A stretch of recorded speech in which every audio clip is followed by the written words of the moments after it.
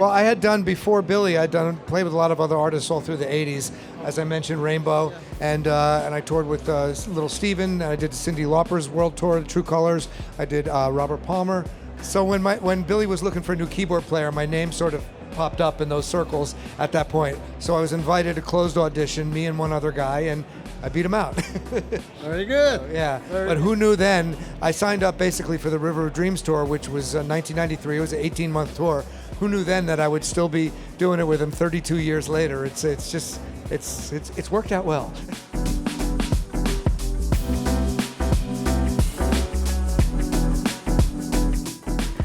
Hi everybody, we are here again in another edition of our Booth Talks at NAMM with a very special guest, Mr. Dave Rosenthal. How are you, Dave? I'm doing great. Good to be here with you. Okay, if you don't know who he is, he's the musical director of Billy Joel, Yeah. okay, band, and a super artist, pianist, you know, all what you can imagine as accolades. So thank you for coming. Sure. Yeah, thanks. So Dave, let's start with the obvious. How and when you find out that you want to be a musician or you enjoy music? Yeah, so we didn't have a piano when I was growing up. My parents didn't have a whole lot of money. And for some reason, I don't know why, I was 6 years old and I started asking them for a piano. And so they were like, At six? Yeah, at 6. I don't know why. And they said, well, pianos are very expensive. But I kept on asking, and eventually we got a piano and started lessons. And I found it very easy. It came to me very naturally. And I don't know. To me, it was I don't think anything of it. But everybody else was like, "Wow, your kid's learning really fast." So and then I got more serious as I got older, and yeah. Okay, and beginning with classical or contemporary? No, in the beginning, I didn't want to play classical at all. I only wanted to play what was on the radio. So by the time I was 11... You want to be famous? Well, no, I wasn't looking for fame. I listened to the radio a lot, and I listened to rock and roll and pop, and I wanted to know how to play those songs specifically. So I learned how to read, and I could solo and played all the sheet music and everything. But by the time I was 11 years old, I needed to grow a little more, and then I got into jazz and then classical, and then ultimately I went to Berklee College of Music, and I got intensely into classical and jazz there. Yeah. No, that's great. And then do you remember when was your first time inside of a recording studio and how it feels? Yeah. If when the red knob turns on, sure, you start getting the butterflies. And sure. Well, I think it was at Berklee College of Music. They had an 8-track. In that time, it was 8-track, 1-inch, and they had a console, and it was a small little studio. But that's how I learned signal flow and the basics of audio recording. And I was so excited to be in there. I couldn't wait to go back to that class every day and learn more about audio recording. And I was very into synthesis as well. So I was really into learning how to overdub and do all those things. And yeah, I ate it up. I loved every minute of it. But at that time at Berklee, that was a music program. It was not a recording production program. Those programs didn't exist yet at Berklee, but they had a program called Professional Music where you could take whatever classes you want as long as you had enough credits to graduate. So I focused in 3 areas, kind of like a triple major. I focused on audio recording, synthesis, and piano performance. Wow. So that was what I focused on while I was there. That's fantastic. And so at Berklee, during your academic years, that was your first recording session? Yes. And then right after Berklee, immediately I got into a band called Rainbow, Ritchie Blackmore's offshoot of Deep Purple.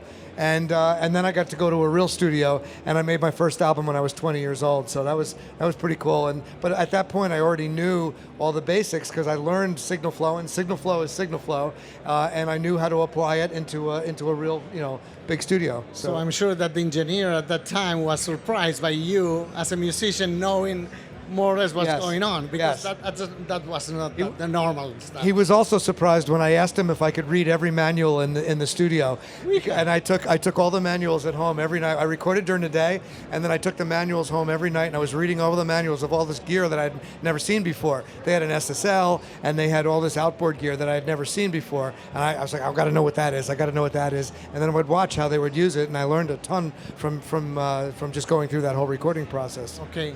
Your favorite piano? Favorite piano would probably be Steinway.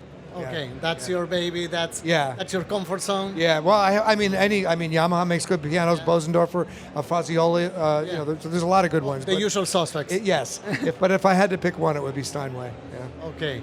Yeah. And when happened that moment in your life that you met Billy Joel, and I think that your life evolved into the next level of craziness? Well, I had done before Billy. I'd played with a lot of other artists all through the '80s, as I mentioned, Rainbow, and I toured with Little Steven. I did Cyndi Lauper's world tour, True Colors. I did Robert Palmer, and then later Enrique Iglesias. So you're an experience. So when Billy was looking for a new keyboard player, my name sort of popped up in those circles at that point. So I was invited to closed audition, me and one other guy, and I beat him out.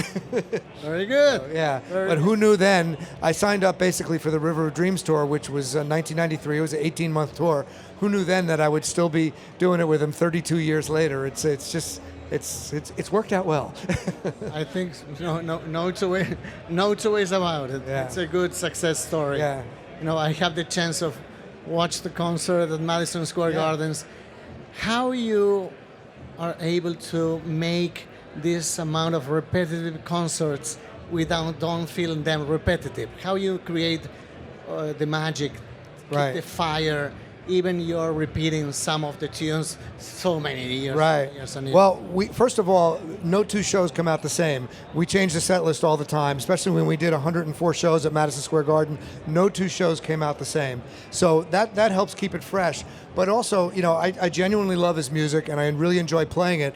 But you got to remember, when you're up there playing a song maybe for the 1,000th time, there's people in the audience who might not have ever seen him live before. So you're giving your all to play to those people, and they give a lot of energy back. We give energy back to the audience. We feel it, and it just kind of whips the whole place into a frenzy. And people really get their faces light up when they hear his music, and it's really a magical thing. So it's kind of easy to stay enthused when you have audiences that are that responsive to his music. Yeah, that music touches their lives. Yeah. Remembers moments of their lives. So that's the emotional part. Exactly. Yeah. Oh, that's amazing.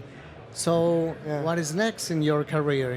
Well, we're still going with Billy. We're still doing shows constantly. Yes, and I have a wonderful recording studio at my home, which WSDG did some amazing work in there. The acoustics are phenomenal. Thank you for that. Yes, there's my shameless plug. And of course, John Storick. I must thank him directly. And so I do a lot of projects there. Always working on different things. I'm also working on correcting Billy's entire sheet music catalog. I've gone through album by album. Oh yeah. How many songs? How many? I don't know. Well, he has 12 albums, and I've finished 10 of them so far. And there's a book for each album, and so I've been working on that. There's a lot of music, you know, but it's his legacy, and I'm honored that he chose me to do that. So I've been working on that for a long time, and you know, little by little, getting it all done. So busy. What's that? Super busy. Super busy always, yeah. But you know what? I love what I do, so it's all good. It's not work. Yeah. We're having fun. So Dave, thank you very, very much. Appreciate your coming. Thank you. My pleasure. Congratulations for a fantastic career. Thank you. Keep rocking, please. Thank you. We need you. Thank you, everybody. Thanks.